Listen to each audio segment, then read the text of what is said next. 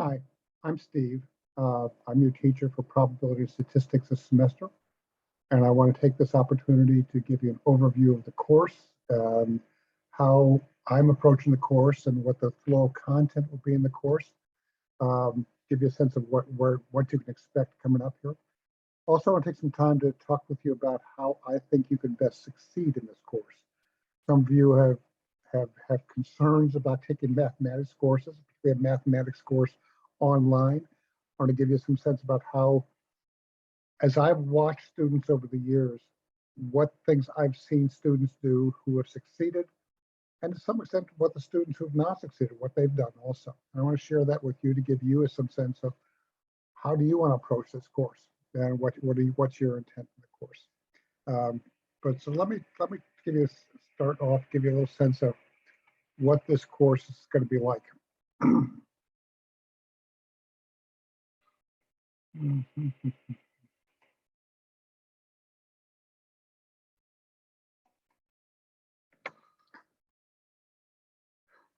Again, this is probability and statistics, and I've been teaching this course off and on now for 7, 8 years. There are different approaches to introductory statistics courses.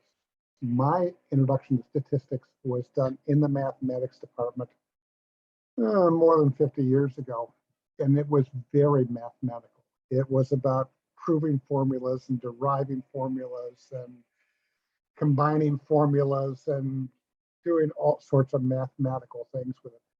Frankly, I found it more than a little boring and fairly confusing. It was pretty abstract, and I just basically didn't get it very well. And then I came back and took the course a second time, but I took it in the psychology department, where it was really applied to psychological issues and psychological studies. And it suddenly made sense to me, because mathematics works better for me when it's applied than when I'm using it for things. So while my background is in the mathematical side of this, I actually have my undergraduate degrees in mathematics. My first master's degree was in psychological measurement and statistics. Oops. Come back. I want to talk about this, coming at this from the point of perspective of a data scientist and also from a managerial perspective. And data scientists really try to figure out, how do we use data in ways that help us understand things. Let me talk about a brief definition of statistics I'm working from. This is the science of conducting studies. And that means kind of constantly saying, okay, I'm going to come at this particular way. And we do it to collect, organize, summarize, analyze, and present and draw conclusions from data. And here's the crucial piece: in order to assist us in solving problems and making decisions. Most of us don't do statistics because we really get off on solving equations and doing computations. We do statistics because we want to know something. We want some guidance. We have a bunch of data about things, and we want to say, so what seems to be the pattern in this stuff? So I'm going to tell you a little bit about how this course is organized. It's a 15-week course. The first 5 weeks are about descriptive statistics, the statistics that describe things. And there's a week where we do review and apply things. Then we do 3 weeks of probability theory, and that will get more complex and introduce some new concepts.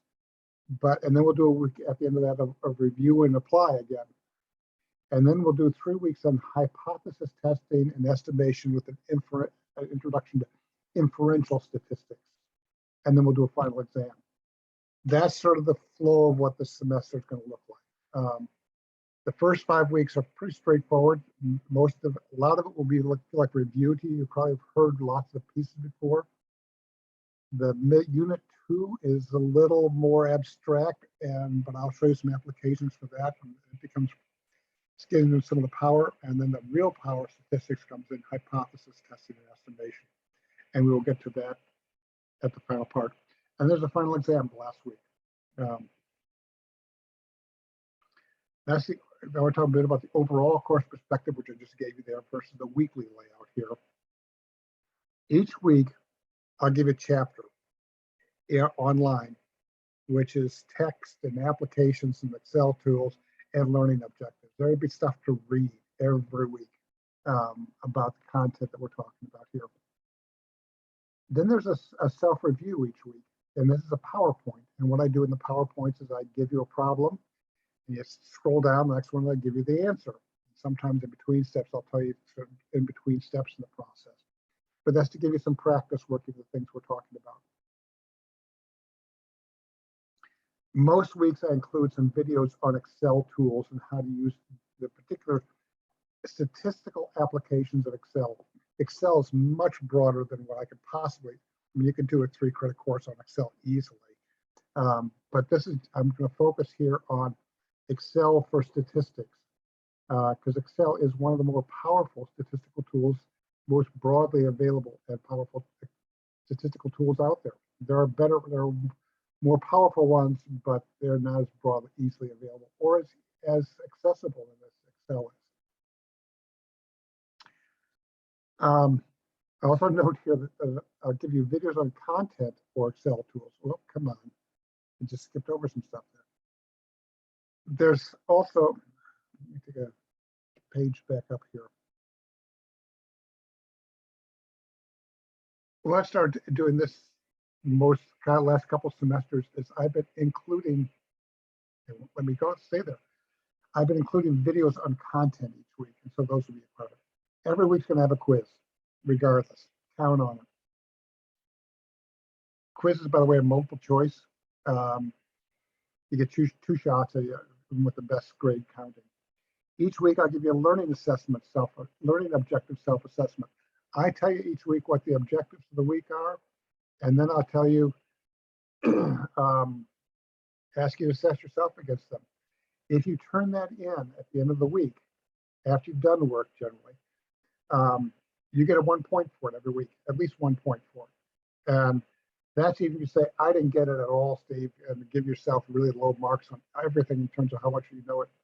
You still get 1 point just for turning in the self-assessment each week. There's a forum each week where I ask you questions and try and engage you in some discussion about it. The forum is not crucial for your grade. However, many students say that some of their best learning comes out of the forum, where they can ask questions about things that to help them get a better understanding of the content. And then there are problems each week. Sometimes they're optional, sometimes they're for credit. When I give you a problem that's an optional problem, and I'll do it in a discussion forum, you're encouraged to try and do it, and I'll respond to it. Here's a big hint. When I give you something like that, what you're likely to see the next week is the same sort of problem, but for credit. So I'm giving you an opportunity to try stuff out and screw it up if you can, and I'll respond to you in it. And then you can almost count on the fact you're going to see that problem again in the future. So it's a chance to try stuff out. I have some recommendations to help you learn and apply to this material. A lot of this, by the way, comes from students themselves.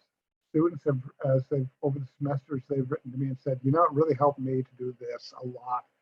And I've sort of compiled some of those here. One of the first questions is, how much time is needed? Based on previous student success or failure, students that succeed spend at least 3 to 4 hours a week online. Now, the actual hours needed depend on your previous background and your desired grade. I've had students who have spent less than 3 hours a week on the class and done A's. Of course, some of them had previously taken statistics courses that they couldn't get credit for here. So it was like it was relearning for them. I've had students spend a lot of time and not get A's. And those are students who just haven't had any math or statistics ever. And this is all new stuff for them. Generally, 30 minutes 6 times per week is better than 3 hours on Sunday evening. You're better coming at this thing again and again during the week.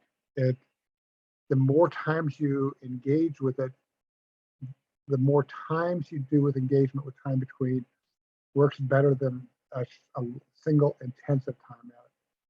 That's a recommendation. Do what you want to with that. I recommend you create your own book. And by that, I mean, get yourself a 3-ring binder and then print the chapters, print the stuff that I provide you with. I recommend 2-sided printing because then, you need a 3-hole punch to put it in. But create your stuff. I mean, it's easier to read stuff from paper than it is, because you can switch back and forth really easily with it. Whereas you do it online, it's tougher to do. Now, it's up to you again. But the other thing, a reason I would suggest printing is then you should write it in your book. Put your notes into the margins. Use a highlighter to highlight definitions. Jot questions around the sides. Do whatever you need. You write in this thing, because you're not going to save it for posterity, and you're not going to you're not going to be able to sell it to anybody. But it's like, use it, engage with it. There are self-reviews. I recommend printing them and then try to answer the questions without doing it. Besides that, if you print the self-reviews, you can add it to your book, and you've got all your stuff in one place, easy to get to. Print the quizzes. Generally, I think you can print the entire, you can open a quiz, you can print it, and then go ahead and take it afterwards. Now, you can take every quiz twice with the best score counting. But here's a hint. The final exam, much of the final exam is pulled right from the chapter quizzes. If you know the questions are going to be in the final exam, it's easier to do the final exam. Trust me on this. I would create a page for vocabulary list. There's a whole thing about it's all Greek to me. Well, in fact, a lot of statistics is Greek. And not only is it Greek, but there's very specific ways we use language in statistics. And learning to use language is an important part of the process. It's part of the understanding of the process. I encourage you to try and explain stuff to me on the forum, because forcing you to putting it into word, forcing yourself to put it into words, and I'll correct you in the process to help you get better at creating the language of it. There's a fair amount of Greek symbols. I suggest also a page for symbols and/or formulas. Not a bad place to go.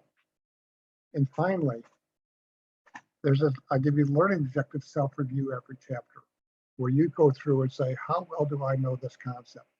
And I'll just want to mention here, pay attention to these learning objectives. I create the learning objectives for each chapter.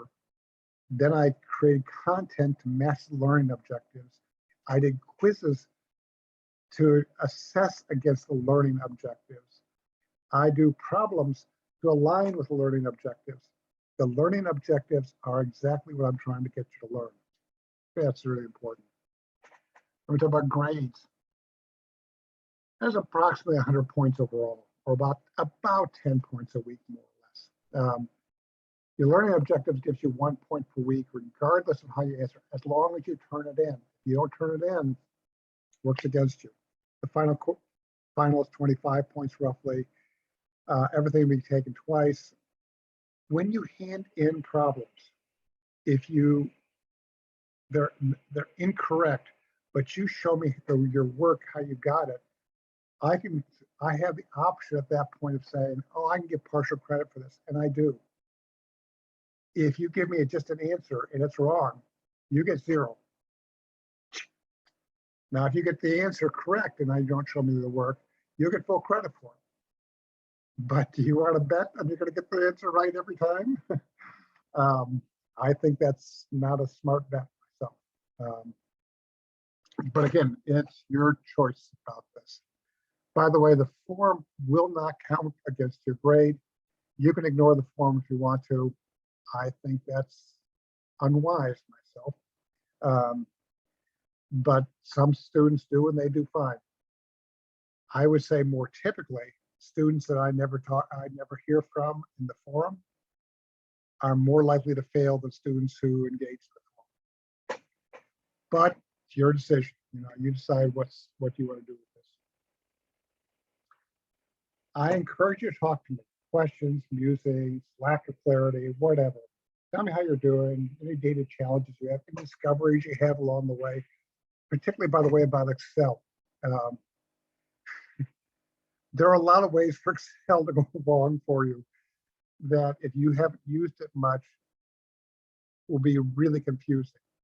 And then some of the things I know about because I spent 20 hours trying to figure out why this formula doesn't work when it's clearly it's absolutely correct, and found a really small formatting error along the way.